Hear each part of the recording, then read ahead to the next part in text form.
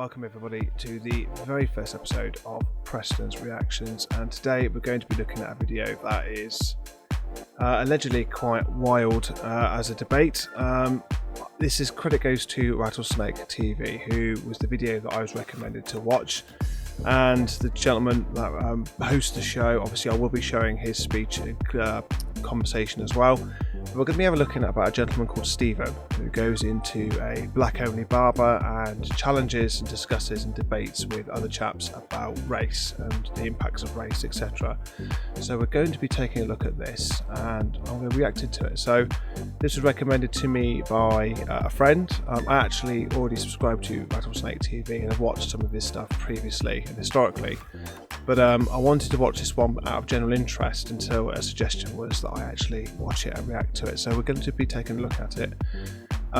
Yeah, I've been dumped in the deep end almost immediately. So thank you to my dear friend. I'm not going to name his name, but thank you for the recommendation. So let's get into it. And I will say now, I do apologise. Obviously, I'm screen recording it off YouTube, so you're going to see the bits at the bottom pop up from YouTube. As it's my first video, I'm not an expert at doing this, so I'm going to give it my first stab anyway. So let's get into it.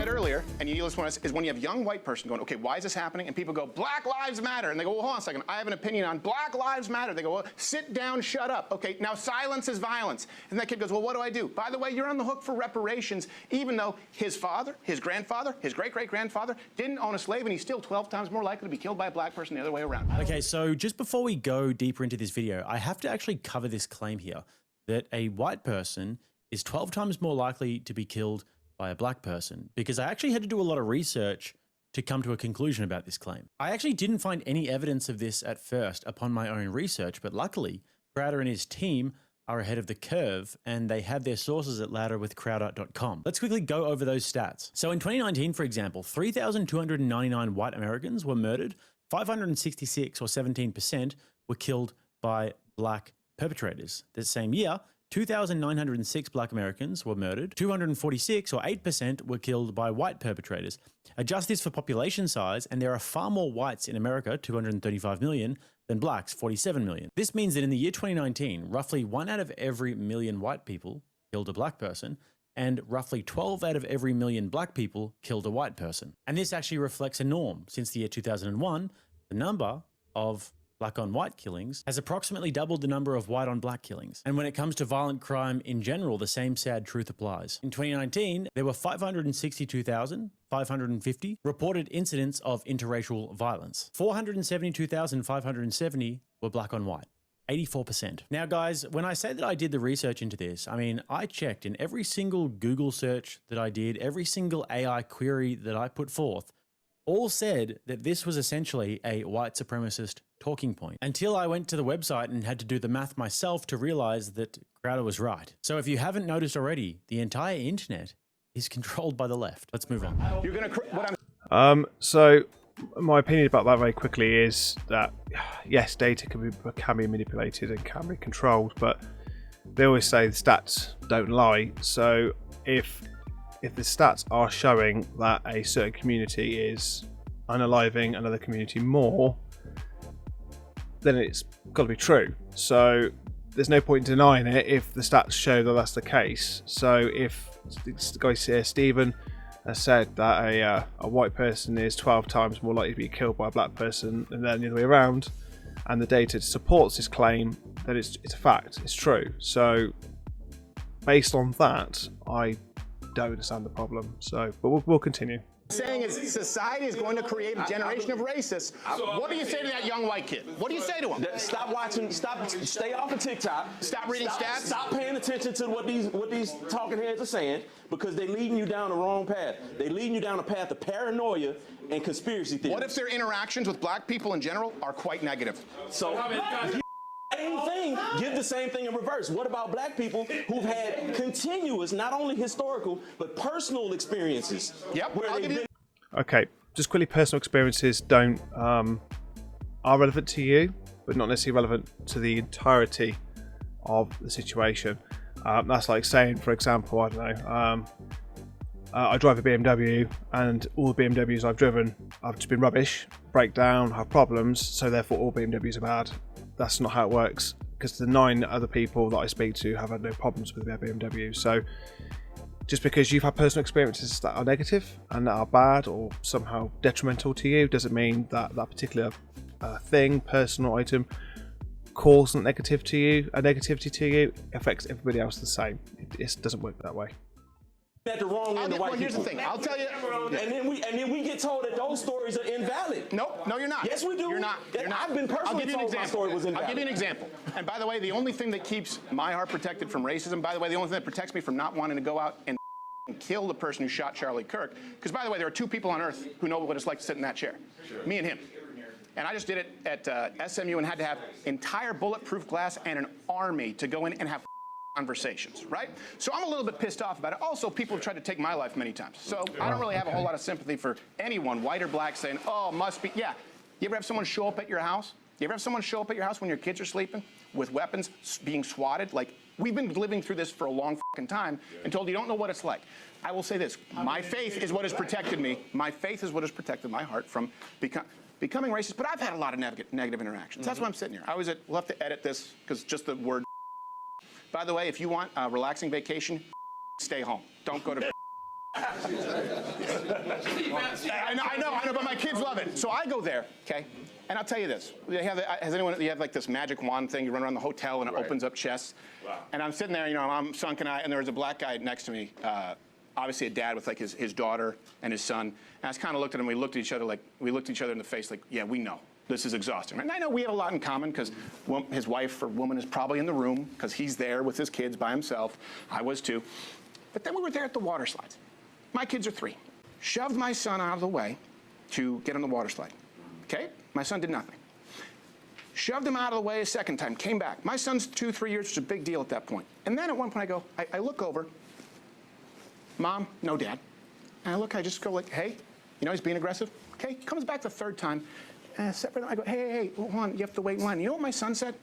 My son said, well, Daddy, you know what, maybe he's in a real hurry. We should let him go. That was a different interaction. That kid kept doing it to every other and it wasn't the only one.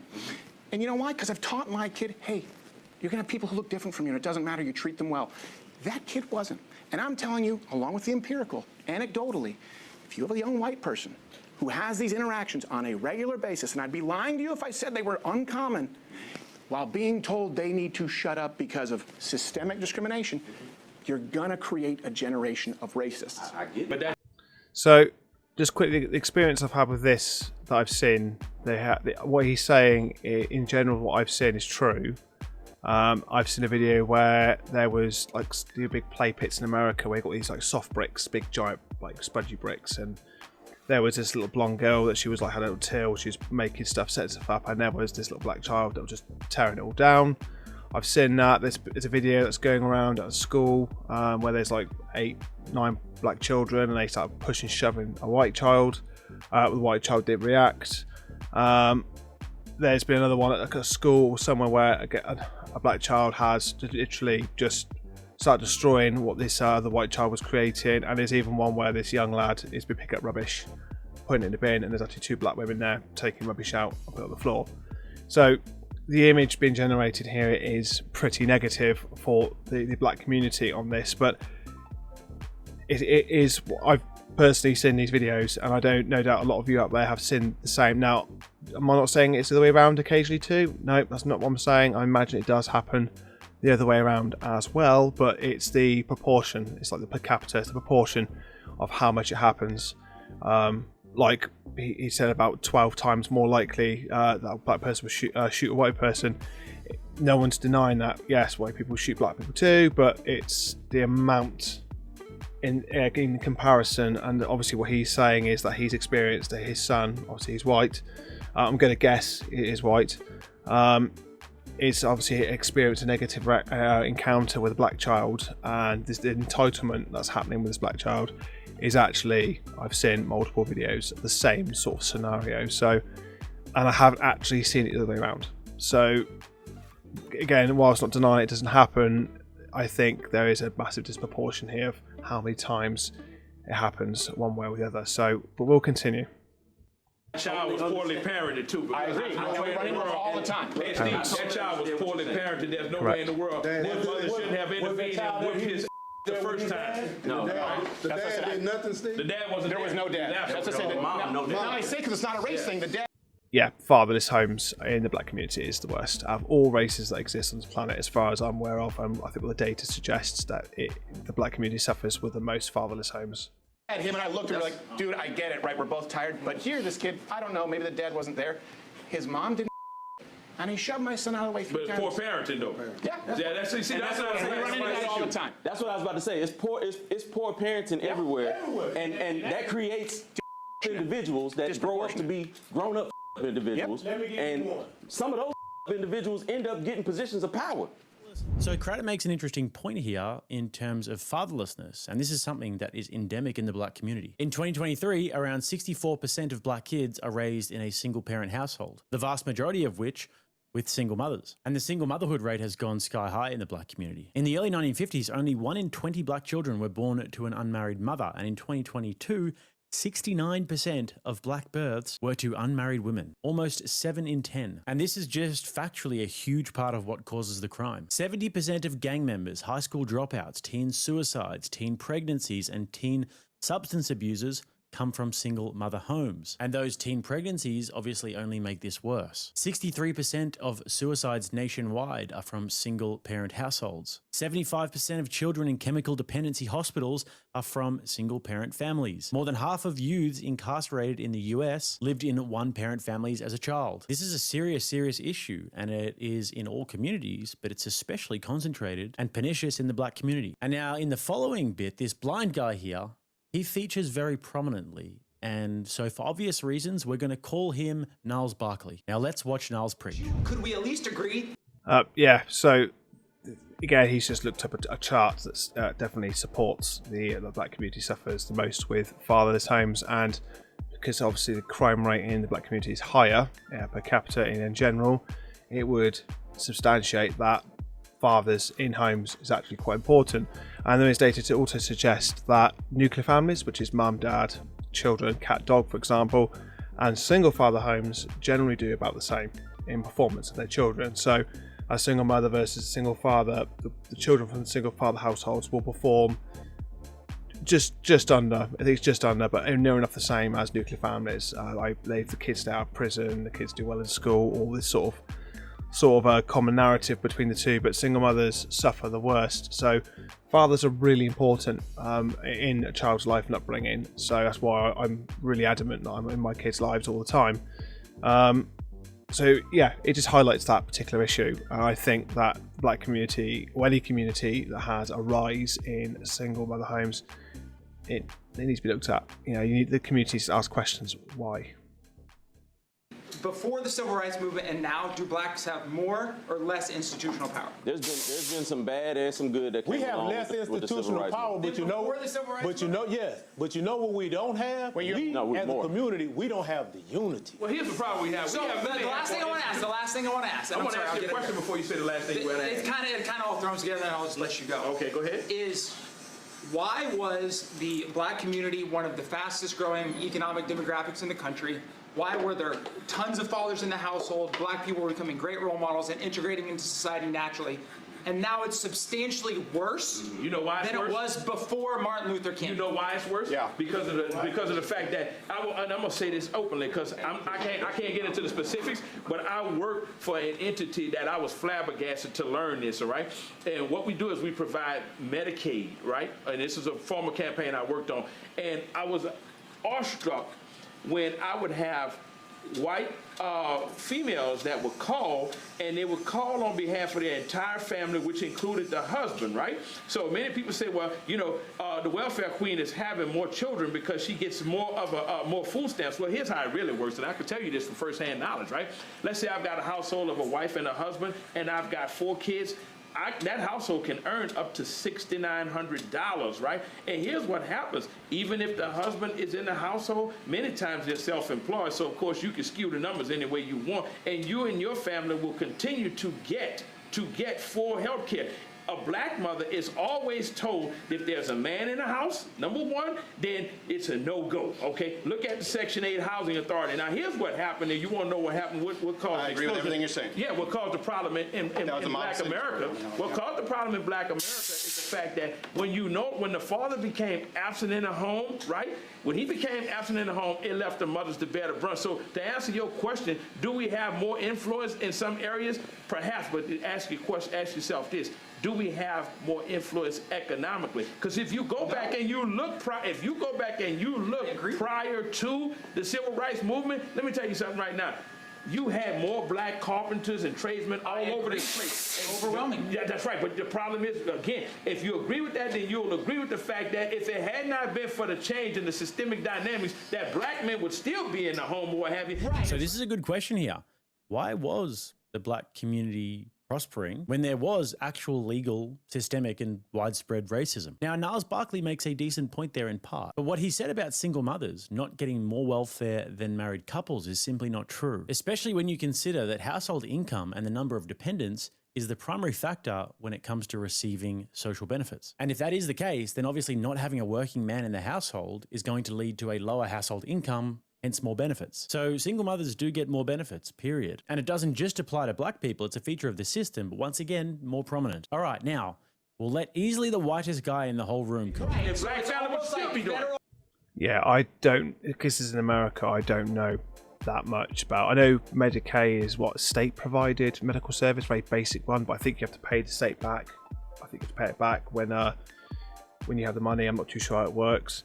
And I think the equivalent here is on benefits. I think, yeah, single mums, I think, are the highest. I don't know. I honestly don't know. I haven't looked at the data for that, but based on my living experiences, I've been led to believe that predominantly single mothers don't work. They're on benefits, although there are a lot of single mothers that do work. So I can't really comment too much. I don't know too much about that, but it would make sense logically that if a single mom's on their own and if the black community are the ones that have more single mothers, then they would claim more benefits. So yeah, that's all I could pick up from that. Government policy has not been instituted to help black people ever, but really to make them dependents of the state when they were doing just damn fine without the federal government that you want in more people's lives. It's almost like reparations would be the same thing. My question to that is, why is that a problem for white America? And we were already... Because it's one country. Because it's what? We are one country, and the problems of one community... We're not one country. We're an entity. We're a corporation. The United States is a corporation. It's not a country. Yeah, it certainly is. And with that attitude, we can never be a country. If that's the attitude that people have. Because it's not a country. It was never built. It's written in the Constitution. It's a corporation. That is not a country. Not written in the... That is not written in the Constitution. That's just not true. It's not a country. So what I'm saying is, when we were black people in our own communities thriving, like you said, doing our own thing, why was that a problem for white America? We were doing our own thing. Why did y'all come and burn down Wall Street, Black Wall Street? We had our thing going. Why is it an issue when we have our own thing going and we're minding our business? White America comes in and figure out a reason to, oh, that's wrong. Y'all are doing something wrong. That's not by the code. That's not by the rules. No one here is trying to justify clear racist policy of the past or racism of the past. Of course that existed. No one was arguing that. Here's the thing. We're not arguing. I'm saying why. It sounds like you're saying that you would want racial segregation. Because you're saying... I don't want racial segregation. We asked for equality. We didn't get that. But you're saying your own community doing your own thing. Do our own thing. Are you saying that we should be separate communities? That's what I'm asking. Are you saying we should be separate white and black communities? That's what it sounds like a little bit. Separation may be the answer. Okay. I appreciate. Just quickly about that. Doing their own thing. I'm not too sure what he's referring to about doing his own thing, but what about segregation? I seem to remember that a town in America, something tells me it's Richmond it was called, but I might be wrong. There was the north side that was black dominant and the south side that was white dominant. And I think after 10 years, it was a 10-year legal battle, the town divided into two. So you had the black community and the white community. And the black community, especially the mayor, was black and turned around and said that they were racist because they basically wanted segregation. So although that's different in terms of numbers, where that was multiple people and this guy is just one guy, if if he says that, oh yeah, maybe the black community want to separate because we can do our own thing be better, I don't think anyone's going to turn and say, oh yeah, you're racist. I think everyone's just going to go, okay, whatever, carry on. But I think if Steven there was to go and say that, I think then, because he's white, everyone would go, oh, you're being racist. This seems to be the common narrative at the moment, where one community can say one thing and another community can say another, but only one community is, what's the word, demonised for it, I should say. So it's very interesting that the interactions where this gentleman here with a cap is like, well, we're doing our own thing before white people got involved. And I'm based on the knowledge I know, it seems to me that the white people have built a lot of stuff, you know, and he's like, oh, we want to be doing our own thing. Well, that's fine. But then if white people want to do the same, or the Latinos want to do the same, or the Asians, then don't complain. If one community can do it, then so can everybody else. So yeah, that's the way I take it at the moment. So but let's carry on. I appreciate your honesty. I appreciate your honesty. Yeah, separation could be bad. If a white person says that, is it racist? No, it's not. Okay. Okay. But if you're saying in a narrative that we're a threat to you guys, so that's why we want to be separate. But you just said that white people are a threat to black people. That's what you just said. So why can't white people say it? And I don't think separation is the answer. I didn't say that. I said you guys find a problem with everything that we do. If separation is the answer, yeah, well, reparations, come on with it. So who gets the reparations? I don't think white people think everything black people do is a problem. I just think some of the things that a certain community do is a problem. Like previously, 12 times likely to be shot. Self-explanatory. You know, if any community poses a threat to another, then no one's going to want to be around that community, especially if it's an ongoing thing and has been going on for a long time. Just it doesn't matter what colour or where you're from, if a certain community is performing, behaving and acting negatively, has a detrimental effect on another.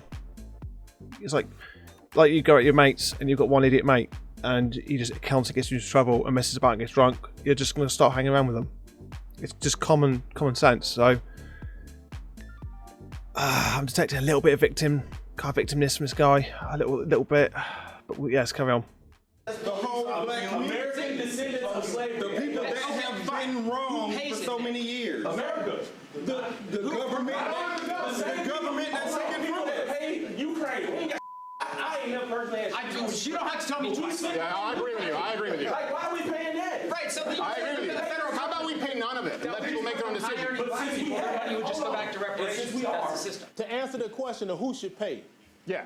the federal government should be on the hook for some of that. Okay, so America, not even a country. I don't really know where to go from there, but let's actually try and address his point that America is two countries. White and black people often self-segregate. They live in different neighborhoods, they often go to separate schools and barbershops, etc. But for white people, in terms of segregation, the fact that they're 12 times more likely to be killed by a black person, that's not enough. That's not a good enough reason. That's like white flight, and that's racist. But this is just a total double standard. I mean, it's okay for black people to want to segregate and to have these HBCUs and to oftentimes...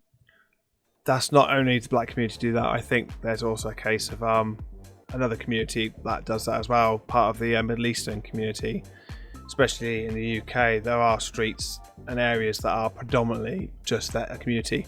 And for being alive on this planet, as long as I have and associated with many people, there is a common theme that certain communities don't want to mix with us native Brits, and it's a common thing. And most of the time, people like myself don't care. You know, it's like, as long as you keep yourself to yourself, you don't cause a problem, we don't care.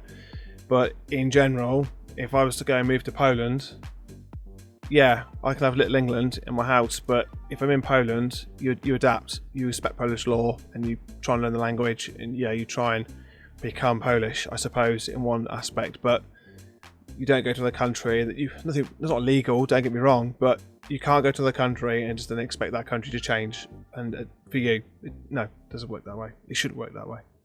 Insulate themselves and their communities from white people because of this notion that white people hold them down, or that white people hate them when they become successful or something. But white people who have their own concerns are labeled as racist. Standards for thee, but not for me. And I wish here that Crowder had have actually asked them if it's possible for black people to be racist. That would have been an interesting thing to see. But the other thing they said here was that the entire black community ought to receive reparations. And StevenCrowder, as a Canadian, ought not be on the hook. Reparations. Right, so first of all, everyone can be racist. Racism applies to everybody. Black to white, white to black, black to Asian, Asian to black, white to Asian. You know, everybody can be racist. And I think if I start looking up now, I think the definition of word racist is the exclusion of an individual based on colour. It's colour, culture, or something like that anyway, but it's basically, you don't want to associate or you remove somebody just based on the colour of their skin and their culture and their like religion, etc. Something in that regard. I'll just put the definition on the screen, but yeah, essentially that's racism. You know, you're judging somebody and you're that's a word I'm trying to think of, but yeah, racism is essentially that. Is you remove somebody and you disassociate with somebody based on certain qualities. But every race can be racist. Everyone can be racist. It's not exclusive one way. Everybody can be racist. If racist says, "Oh, white people can't be racist, black people can't be racist, but white people can," it's said in the dictionary, then based on the terminology of the dictionary, then you say, well, that's the way it is. But that's not the way it is. It has its own definition and it applies to everybody. Do you know what? I've heard this word reparations more times than I really want to. It happened a long time ago. No. I think the British have paid enough by being the first sovereign empire, First Nation to end slavery. I mean, I think that 3,000 sailors died, or a numerous amount of sailors died on the ships trying to fight the slave ships to stop slavery. So no, I don't think we should be paying reparations. Not in the slightest. No, you've had several hundred years, 200-300 years to really sort yourselves out and build your community up and work with us. You know, we're all human. Just work with us. Just be nice. Put your colour of skin separate. This constant clutch of, oh, I have to treat this person differently based on skin colour. It's just a joke. It's just not needed. Just we all get to get on. Yes, we're different cultures, different religions, but it doesn't mean we harm each other. It doesn't justify us harming each other. Just get on. So no, I don't agree with reparations at all. We shouldn't pay a penny. To pay it, but then they said that the government should pay it, which means that StevenCrowder, as a Canadian who lives in America and is paying taxes there, would be paying reparations. And if that is the case, then I would wonder if Nigerians and other African immigrants, for that matter, should also be on the hook to pay reparations, or if they should be receiving reparations. Where do they fit into this equation? Let's carry on. What's the number? You're sitting down right now with a 22-year-old white kid. Give my daughter $15 million and we'll call it. $15 million? $15 million apiece. We'll call it square. That's for me and for them. And $50 million. Okay. $15 million. Look, since a lot of people don't care about their taxes, add an extra 2% to what you pay in taxes. How about that? What? 2%. That's a number. 2% For how what? long? Let's see. How long it was? So 2% only for white people who have a connection to slavery at their forefathers, right? How long were we in slavery? You'd end up with no money. 200 and... You'd end up with zero money. You'd each end up with about $14.99. You keep letting our people off the hook. But that's what I'm saying. I'm talking about the government paying taxes. I'm not talking about just people who are responsible. Once again, I'm not responsible for anything happening in Ukraine, but I'm paying for it. I agree. So why should that rationale not transfer to this? Because it's rationale. It's not when the United States is the people who perpetrate. Well, that's why I need to ask the number, because if you're talking about more than $15 per black person, you're talking about trillions of dollars. Right, but if we're going to be a part of the same country, like Lane said, we're going to all be a part and members of the same country. Well, we have to take on what comes with that. What comes with that is historically, every time like Chris said earlier, every time black people have achieved in mass, it's been torn down. No. And then you get to a point where you're talking about the riots, Then you get to a point where you're like, I can mention there's several black communities that's under lakes. There's one that's under Central Park in New York. Like, there's plenty. But my point is, then you get to a point where you say, okay, we're gonna do this in the interest of justice. But then redlining and all that stuff happens, and then the prison industrial complex, all of that stuff that happens that adds to the wrong of it. It gets mixed in. Yeah, we tried, and you should just be happy with it. Here's the problem. What you just said was the rhetoric and the reasoning behind catch and release, doing away with the three-strike policy. You point to New York. You got a black mayor and crime got worse. Because he's a criminal. And because you got 30 million people living in a white guy before him. He was grabbing, grabbing every guinea intern. And probably the white guy that put him in his spot. Okay, so it's worse. In other words, it's worse, right? Mm-hmm. Because of the prison industrial complex. That's why that guy was out 14 times. But I'm saying that's why George Floyd was out 9 times. That's also why you have less fathers. That's why you have less fathers in the home.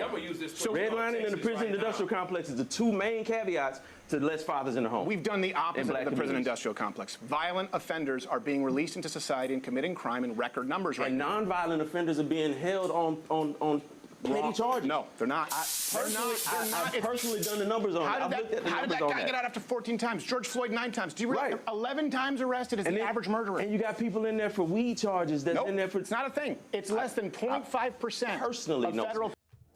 I don't know the stats of what they're talking about. I don't know. I assume what he's saying is accurate. This guy seems quite educated, Steve does. He seems quite with it. So I'm going to take what he says as true at the moment for this video. But if you guys know wrong or indifferent, then let me know. But yeah, it's not uncommon for people that do crime in jail and get released, or prison, should I say, it's England, get released, then re-offend. It's not an uncommon thing, but again, I don't know enough information about specifically if that is true based on the numbers he's saying. So, but it wouldn't surprise me. And that's the thing. When you tell somebody that personal knowledge don't matter because the stats matter more, I personally know this. I know somebody right now that's in jail for small shit, but I know somebody. But you can't spin the stats off for a personal opinion. You know, unless you can verify what you're saying. Like for me, for example, if I was to say,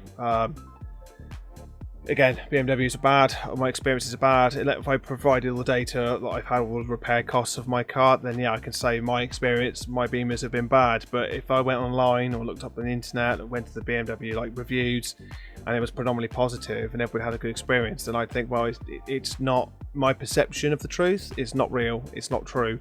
In my experience, it is, but you can't use that as leverage or an excuse to formulate a global opinion. It doesn't make sense. You have to, you know, have your experience, which is fine, but you have to then open your mind up and go, well, let me look online. If I was to go online and other people, let's say other 6 people had the same experience as me, that's 7 out of 10. You know, then you would say, you know, you measure it an average out of 10 reviews, you had 6 of them were the same as you. Then you'd say, yeah, predominantly people are having a bad experience. So what I'm experiencing is actually more of a reality.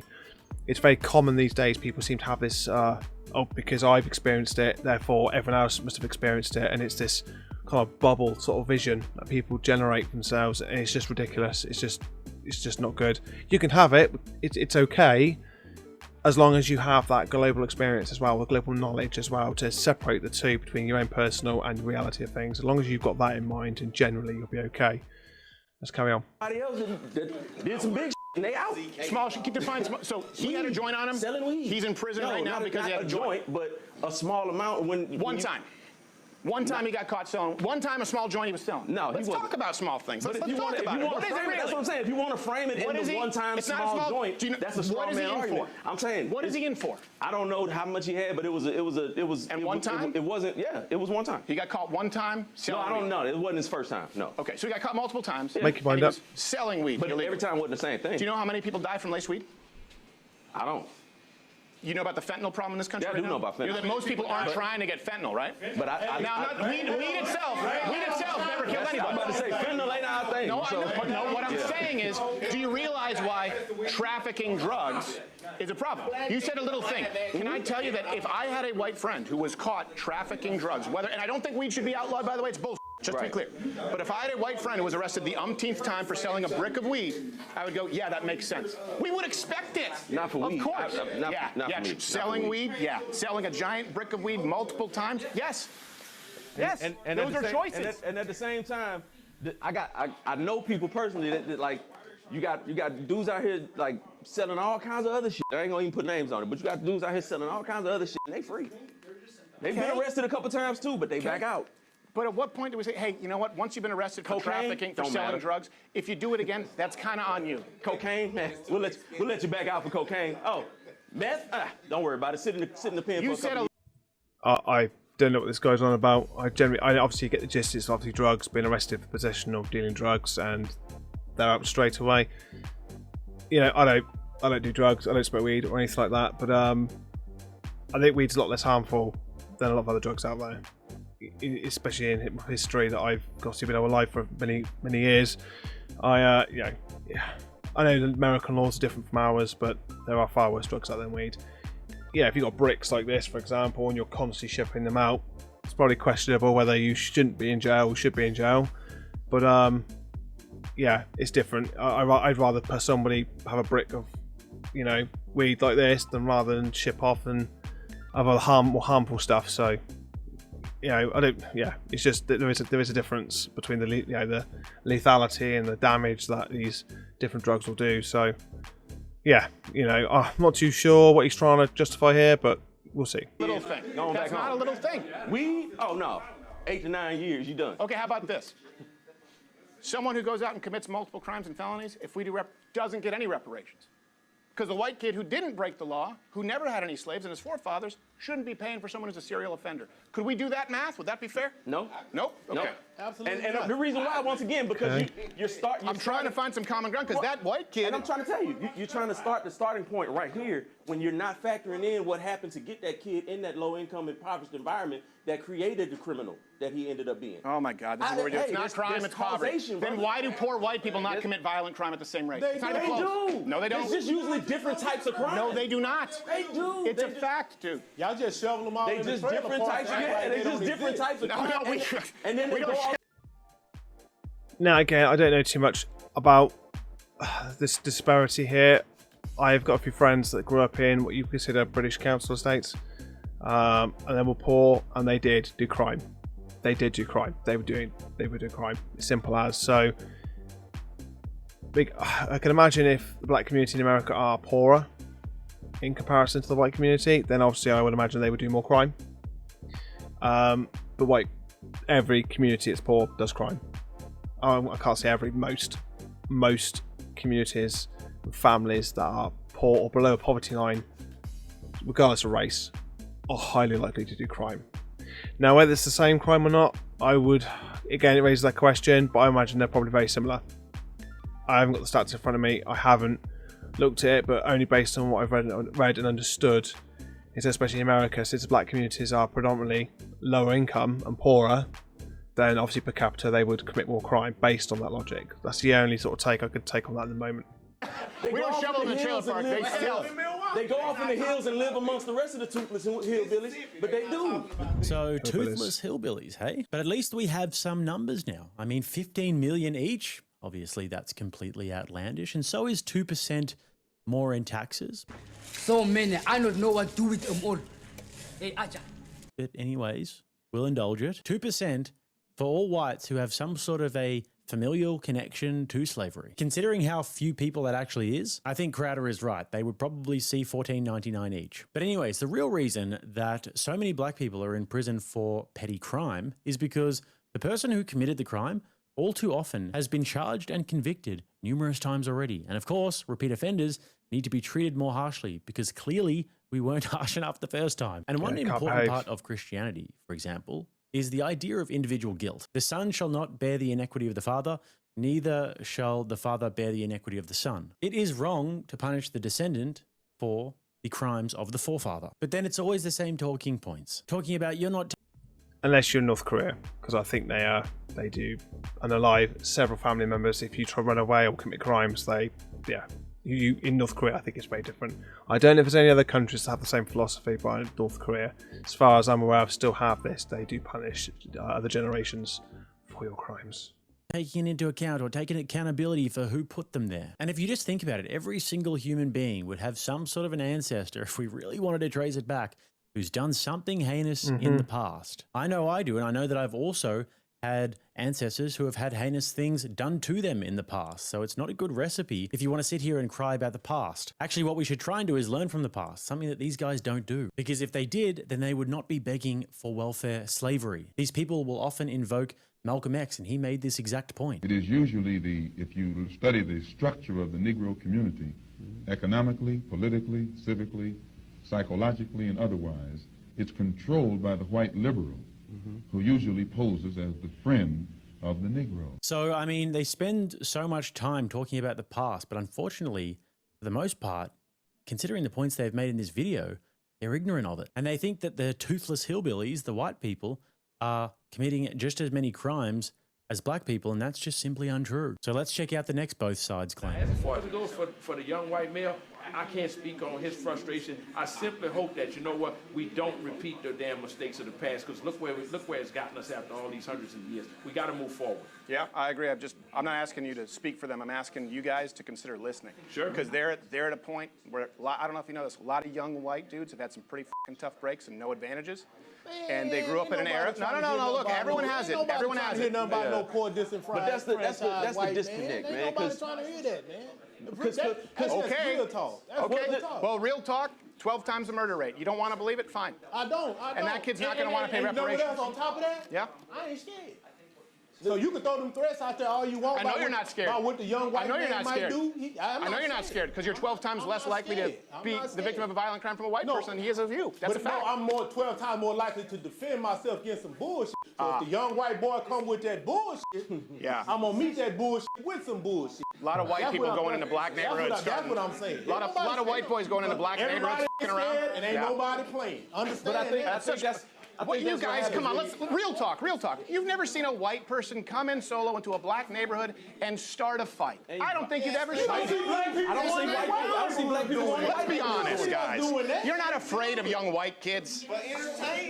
Steve, you saw a white man going to you are, correct me. I'm agreeing with you, but I'm also giving you a flip side to that coin that you completely ignored. No, because he said I'll stop some bullshit from a white. I tell you, young white guys are afraid when they're surrounded by black guys. Okay, but don't come around black guys. I'm afraid when I'm surrounded by a bunch of white men. I'm just like, not going to allow my fear. I'm not. No, I'm not saying you. Dude, I'm surrounded. This could be an entire tornado of black fists raining on me for saying the wrong thing. StevenCrowder, I'm talking to the boy that you're talking about. The young white boy that I'm not even saying I wouldn't deserve it. I'm talking to him. If you're that scared of black people, don't come around black people. They're not scared. They're tired of it. Well, don't stay. Yeah, I think that's been called black fatigue. I think that's the thing that's come out the last few months. I think black people have associated themselves that they're tired of white people, etc. But the term, that black fatigue, the term that I've been introduced to is that the white community are getting fed up with the ghetto black behaviour. It's not all blacks. I think some of the black guys and ladies out there are getting fed up of it as well. It's actually everybody's getting fed up, but it's this ghetto ratchet wannabe gangster attitude that members of the black community are. And what I've seen on social media, and I know you shouldn't always believe everything on social media, but what I've seen on social media is very, very commonly and mostly is crimes, beating ups, fighting, all this sort of stuff is being committed by the black community. Again, it's not all the time, but more than average the videos is. Whether it's like shootings, fightings, about 3, 4, 5, 6, 7 black individuals stomping on somebody else, for an example, or actually behaving inappropriately, or getting their genitalia out on a train. There's quite a bit. There's quite a bit, and this term black fatigue and people getting fed up is growing, and there is a fear that is going to make people quite hostilely racist, and it's going to get worse. Where unless something changes with behaviours from anybody, they can't expect people to dislike their behaviour. If I was screaming, shouting at 2 in the morning every morning outside my house, the neighbours are going to get fed up, and they're going to say, eventually, they're going to say something to me and challenge me. So, yeah, it's for me, it's pretty self-explanatory. But we'll carry on to what he says. Away from us. Great. You got your own area. Then don't ask them to pay for it. And we're not because once again. Oh, so you want them to stay away but foot the bill. So you got to do that with everything and else now in it's the the kid, now it's the boodle, and nothing is safe. Stay away from us, but pay for us. Do you realize that guy's going to hate you? That other side of the coin. If we're going to do that, if we're going to give you that, then you got to go through everything and you got to give us the same thing. We're not going to pay for certain shit that we don't agree with. So you can cry all day and night until you go blue in the face about how hard your lot in life is, but the moment that the plight of any white people is broached, ain't nobody trying to hear about no disenfranchised white man. Well, that's sort of the point. They aren't listening. And after this, I think that Crowder issued a very accurate warning. He said that white men are essentially done with this nonsense. They're not scared, they're tired of it. They're done being blamed for things they didn't do. Tired of their money being demanded for things that they are not guilty of. Tired of being called oppressors.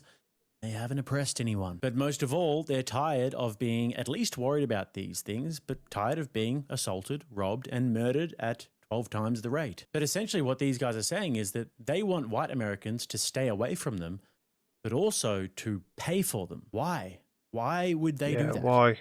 What is the point? If white people need to stay out of these black neighborhoods, then why would they pay a single dime into them? This is just a clear contradiction, it's hypocrisy, because whether they admit it or not, they know damn well that they can walk through a white neighborhood and not have any problems. But the flip side is just not true. Let's get back into it. Can I ask you something real talk? While we're having real talk, why do young black men fight in packs?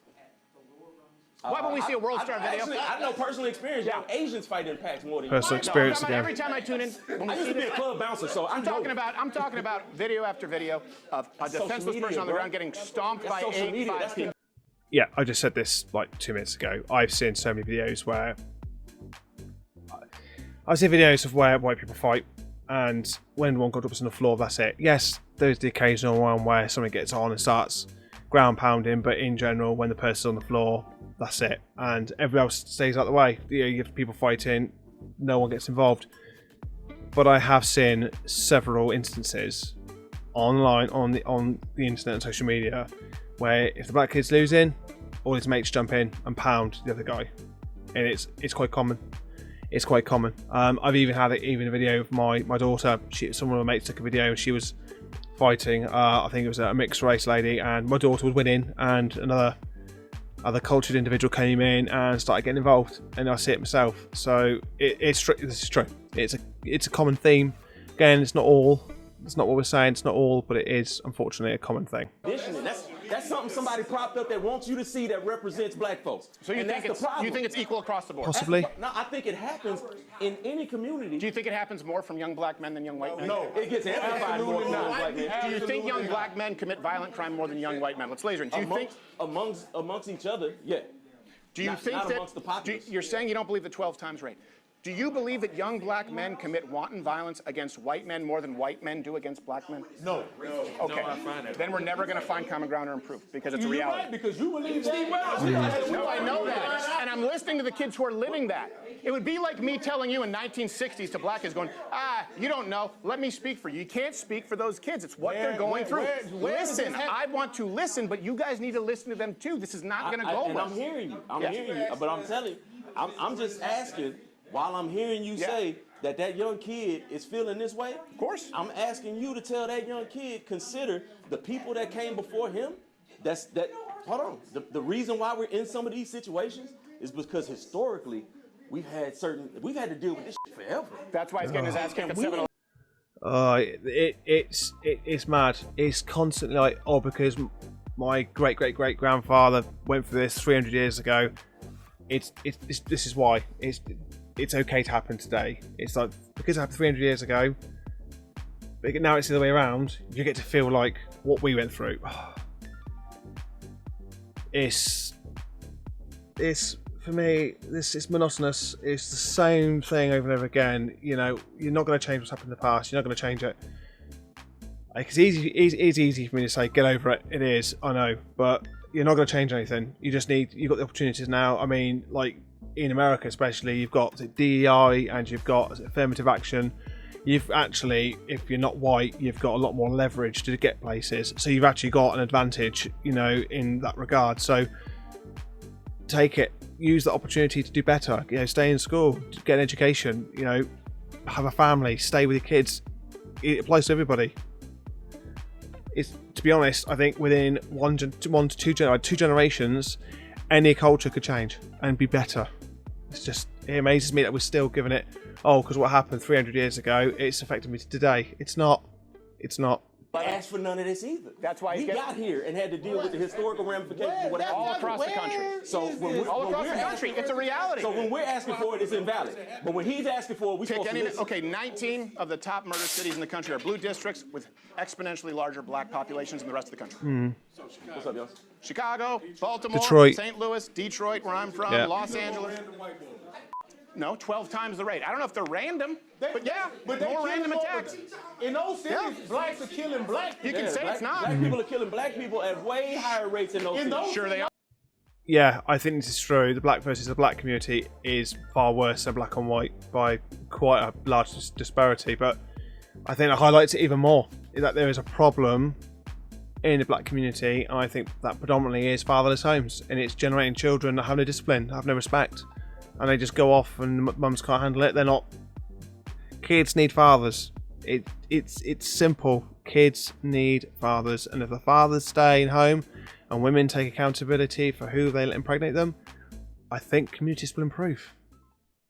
But they're killing white people at 12 times the rate that white people are killing black people. That's a fact. I think if that were true, Steve, we'd have a national outcry and the government would bring all their forces. You're about to get one. That's what I'm here to warn you about. You're about to get one. Steve, that's what You're I'm about saying. to get one, and I don't think you guys see it coming. No, it's coming. I see it, but what I'm telling you is you're not gonna see the exact. You're trying to equate the black crime to the white. It's not the same crime.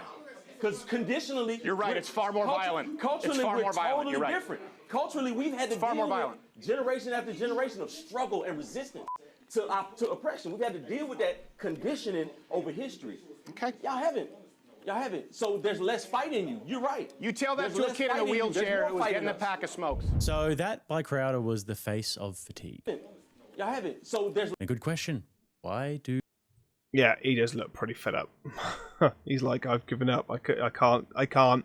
These guys aren't listening to the message. Two young black men fight in packs. And what answer did he get? A deflection to the least violent minority in the country, and then a cope about social media. That's something somebody propped up that wants you to see that represents black folks. So you think it's the problem. In other words, no answer. They can't even admit that black men commit more crimes against whites than the other way around. This must be some sort of misinformation. The stats must be skewed. It must be some sort of a white agenda. And then you have Niles Barkley making a very salient point, but he doesn't even know it. He says if that's the case, then why isn't there a national outcry? Now let's be charitable with him because he can't see the data, but the national outcry that he's speaking about most definitely exists. And like all grievances, this will eventually come to a head. And that is exactly what StevenCrowder is trying to warn about here. Now on to the next part, which is pretty terrifying. You know Charlie Kirk was hunted.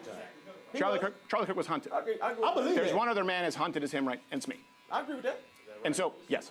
I agree with that. You have to edit this, but there was literally a man arrested in Maryland last week who was coming for me, who had the means, the location, the ability, and a disturbing ties. So, I will tell you this. Conservatives, people like Charlie Kirk, who, by the way, he was maligned as racist. There wasn't a racist bone in his body, if you agree with him or not. And by the way, I disagree with him in a whole lot. The fomenting of racial division and hatred is, and also gender division and hatred, LGBTQ, throw it all in, right? But he was accused... Yeah, Charlie Kirk. Personally, I quite like Charlie Kirk. I actually thought what he was coming out with was actually quite respectable, quite decent. He was a Christian man. He was promoting, Christian values. And yes, he disagreed with a lot of the LGBTQ community and all this sort of stuff. And I think he was the one where he was talking to black students, and they were saying about, white privilege and all this other rubbish that was coming out. And he was saying, you've got DEI, you've got affirmative action, you've got more leverage, you'll get chosen more based on your skin colour rather than merit. And Charlie was always advocating merit. And I'm the same. I don't care where you're from. I don't care if you're a man or woman. If we go for an engineering job, we should, if you've got the qualification and you can show competency and you can show that you're good at it, then you should get the job. Or you should at least have an equal opportunity, and you go through stages, and the person that obviously meets all the stages but better or scores more points, however, gets the job. Unfortunately, at the moment, there is this case where I'm a white man and I have, let's say, a black female or an Asian female, and we both go for the engineering job. Companies are incentivized to hire her over me because of DEI and because of affirmative action and all this sort of stuff. So that's wrong. You should never be employed based on your ethnicity or whatever else is, and leaving merit completely out of it. Merit should be the number one, they call it, reasoning in for you to get a job or have a position, and everything else doesn't matter. There are going to be cases where your political or religious views, or even your sexual views, may conflict with the job you're in. I would imagine there are some jobs up there that would conflict, but in general, if your personal life is your personal life, you leave it at home and you come to work and you have a meritable reputation and qualification to do a job, you should get the job. All this other stuff should be left out. And Charlie Kirk was promoting that, and he was always promoting all this sort of stuff. And he was a Christian man. He respected the nuclear family and all this sort of stuff. And yeah, I didn't agree with everything Charlie said. This is a debate for another time. I didn't agree with everything he said, but overall, I thought Charlie Kirk was trying to send out a good message. And what happened to him was sad. But yeah, he was called a Nazi. He was called a fascist, a homophobe, a racist, and that's why people were inspired to kill him, because they thought he was hateful. That's why I'm having these conversations, because he wasn't hateful, but he was hunted. Someone went out and said, I want to shoot a white conservative because of who he is and because of his views. And I'm #1 on that list. I've had to be on the phone with the FBI. I've had to be on the phone with multiple intelligence agencies, because this is not, you're seeing the one that got through. There have been many attempts on Charlie's life and my life because of what we do here, having a conversation. And I think we can all agree that that's something that needs to be changed. But if you take that and go, and I've condemned it totally, just like Donald Trump with white supremacists, if that happens at HBCUs, it's awful. It shouldn't happen anywhere. Also, no one should be kicked off of campus or beaten up, permit or not, for having a point of view. So did you hear that? This is motives, this is means, and this is plans. Crowder had to have a bulletproof vest. He had to have bulletproof glass and an insane amount of security to do his most recent Change My Mind appearance. People have tried to kill him in the past. Definitely, it's not his first time having to worry about this sort of thing. And unfortunately, I hate to say it, but it probably won't be the last time that he comes into contact with this sort of violence. And where else have we heard about this? Obviously, Charlie Kirk, Donald Trump, Tim Pool, this has happened to a bunch of times, Nick Fuentes. And these are only the ones you hear about. I know for a fact that there are many, many more, but these people just don't publicize it, because this actually only increases risk when they publicize it, and they don't want to encourage any sorts of copycats, or they don't want to give people ideas. I mean, Crowder is literally not even safe just going to the grocery store. But anyways, enough on that. Let's carry on. Just chiming in quickly, when it comes to the assassination of Charlie Kirk and Donald Trump, there is lots of conspiracies around this. A lot of people are saying that there are CIA and all this sort of stuff, people involved, and it's all set up, etc. I'm fully aware that a lot of these assassinations and removals are all conspiracies, and they're all being questioned, and there are some great videos out there, people really digging in, these people doing these signature moves and all that, and their caps, etc. It's really interesting to watch, but we're not going to go into that at the moment for this reaction. But on the face surface level, what happened, it's really sad, and I do, obviously, even if he is dead, but based on this particular moment in time, we're on the assumption that he's been assassinated, what Steven's saying. So yeah, it's sad, it's bad. You should never be unalived for an opinion. All opinions can be wrong. Any opinion can be wrong, but because even you have that opinion, you should never be harmed for it. Context is he's saying, if I'm on the phone with someone who would be in a DEI class, who sounds like an idiot, and this is, by the way, I had this exact similar conversation with the girl at UT, where she said, I would never be at UT if not for affirmative action. I said, affirmative, and I believe it, affirmative action is racist by its definition, my opinion. It excludes on race. That is a form of racism. So anyway, she sat down, she said, young black girl, she said, but if it wasn't for affirmative action, she said, I wouldn't be here at UT. I said, why do you say that? She said, well, because I wouldn't be allowed. I said, well, what were your SATs? I remember the numbers, they were very impressive. I said, what was your GPA? It was very impressive. It was over a 4.0. I said, that's really sad to me that you don't know, and you'll never know that you deserve to be here, because I can tell you, based on if you're telling me the truth, you of course would get into UT. And you didn't need a government program. And you could see in her face, her tears welled up because she had been told that she needed someone else to give it to her. And that removed her sense of pride in her accomplishment. So I said the exact same thing. 100% correct, 100%. You know, that poor girl has got all these great grades. I don't understand the American grade system really at all, to be honest with you, but here in the UK we've got 1 to 9 now. When I was growing up it was letters A, B, C, D, and E, F, and G, but now you've got 1 to 9, 1 being the worst, 9 being the greatest, and I think 4 is just about a pass, and a 5 is a good pass here. So that's almost like, for her, for example, she gets all 5s and she gets the job, but she's been told that, oh, because you're coloured, you got the job because of DEI. It takes away all the hard work. It takes away all the merits that she's actually earned that job, and she feels like, I've only got the job because I'm black. And that's what the problem is. That's what's wrong. How proud would you be if you've got the job or whatever you did, pass your tests or whatever you're doing, because you're switched on enough and you're clever enough and you studied hard and worked hard enough for it? That's what should be important. That's what should be given, what earned you that position. So, yeah, I think overall this DEI and all this affirmative action stuff needs to go. It needs to disappear. Thing as Charlie did, saying you can never know if you earned it, a meritocracy, because of DEI. And she changed her mind. And she said, you know what? I should be here, and I don't need DEI. Or affirmative action in that case. In that particular, in order to believe that. In that particular instance, and certainly not from a white guy.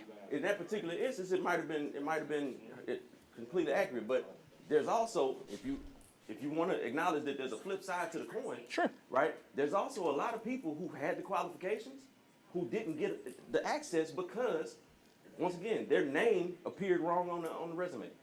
Your name was Katanji. Well, we know who that is. Let's go with Alice. Yeah. She is an idiot, and she got the job because of DEI. That's why affirmative action had to be in. I'm not going to deny this doesn't exist. Like, an employer will go, here's David, and here's Tyrone. It is very, or Mohammed. It's very obvious, at least on that level of names only, to determine, this guy's probably English or American or European. This guy is black, or this guy is Muslim. Yeah, I get it, and an employer could do that. An employer could do that. There are two sides to this, really, in my opinion. If I was an employer and I was employing people, I get to employ who I want. You know, if I've got a business and I want to make it all Japanese people, that's my right. It's my business. And if people don't like it, it's not my problem. It's my business. I'll employ who I want to employ. On the flip side, yeah, it's not ideal because there could be much better qualified people from the community out there. Like the black community could have better qualifications. And I'm ignoring that. I'm going what I want, my preference of who I want to employ, which is my right, I suppose, as a business owner. But all those people looked hard for it that might be more suitable, I'm passing up. So there is, like, to me, at the moment in time having this conversation, there is a little bit of a grey area. So this guy does have a point that because obviously there was this selective employment and people were not employing people because of their race and their background, etc. That, yeah, you know, maybe affirmative action DEI had some sort of reason to exist to try and encourage employers to be more fairer. But I don't think it's the right tool for the job. I don't think it's, you know, it's not doing what it's supposed to. Was it maybe what it was intended to do? It's not doing that. So I think it needs to go. I think whichever way you're going to go, I don't think you're ever going to get around it. There's no perfect. The pendulum's never going to swing in the middle. It's always going to be one side or the other. I just think really you either suck it up and do better, or you just have to accept the consequences. Like if I went to like Nigeria and they had loads of, like, you know, African names and my name popped up, I wouldn't expect to get employed. You know, based on this similar example, because they look at my name and go, well, he's clearly a foreigner, we're not going to employ him. And if I live in that country, then that is the consequence of me living in another country that's blatantly culturally different from my own. I don't know. It's a bit of a grey one. Instituted in the first place. Now, did it operate correctly all the time? No. But that's what I'm saying. Just because it didn't operate correctly all the time, you're going to take the few instances where it didn't and make that the majority and say that's why you should cancel it. What I'm saying is that Charlie Kirk, I agree. What I'm saying is that Charlie Kirk was making a point. And the point that he was making, I'm trying to say, is the same point that I was making where this black girl agreed with it, where he was saying, if you say that I'm only here because of DEI, then I am going to believe you. That's what he's saying. Yeah, so I mean, affirmative action, it is racist by definition, obviously. And this is the thing, it actually negatively affects the young black woman like StevenCrowder was just talking about there. She shouldn't have to walk around questioning whether or not she earned it, even though she has the qualifications. This shouldn't be the case. You should be fully confident that you earned things off of your own merit. It would be very demoralizing thinking that 100%. Maybe I am where I am just because of the color of my skin. I was the most qualified candidate ever to run for president.